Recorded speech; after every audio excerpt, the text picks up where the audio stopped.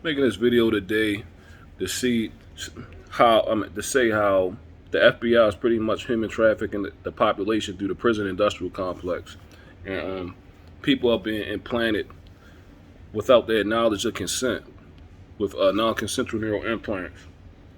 And I would also like to say that these voices called and stalkers and gang stalkers typically always make threats. We're gonna do you just like we did your father, and all of this and all of that. They try to say my father, committed suicide. I knew my father didn't commit suicide, and I would say this: I would never commit suicide, never. Be aware that I'm a cyber torture victim, and I am being tortured by the Federal Bureau of Investigation, the FBI. This is cyber torture, and the NSA. This is recognized globally as cyber torture by the United Nations. And it's being done by governments worldwide, specifically the Federal Bureau of Investigation and the National Security Agency. Be also aware that, with the Satanism or whatever, they cyber torture you, and as they're cyber torturing you, they're making threats, and they're trying to actually have you jailed and raped. This is the Illuminati, so-called satanic government. Also, be aware that these faggots illegally surveil you through your own body and try to have you tortured and murdered, or try to, like, while you out and about, they're tracking you, spying on you, trying to set you up and plot on you. You get what I'm saying? Be aware that also this entire society has been infiltrated with these satanic agents through the prison industrial complex. So we got division with our family members and everything, okay? I have voices coming out of my stomach. I'm told that this is an FBI placed bounty on me. My body is acting as a 5G Wi-Fi tower.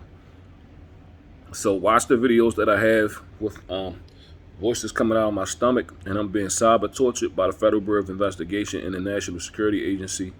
I'm on what's called remote neuromonitoring, whereas though my neurological system is being manipulated, and I'm being cyber tortured, and some type of gas is being injected into my body, which is